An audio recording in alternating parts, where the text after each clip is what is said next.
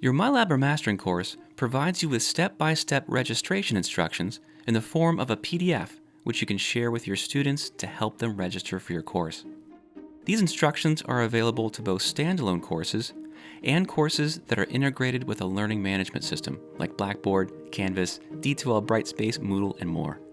To find these instructions, start by entering your MyLab or Mastering course, then select Back to My Courses in your course navigation. This will take you to your Pearson My Courses page. Locate your course tile on the page and select the Details cog on the tile. You'll notice that when you hover your cursor over the cog, the word Details is revealed.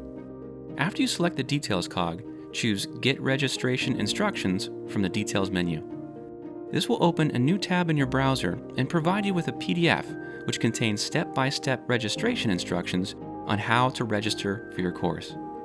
If your course is integrated with a learning management system, the instructions will guide your students on how to register for your MyLab or Mastering course from your specific LMS.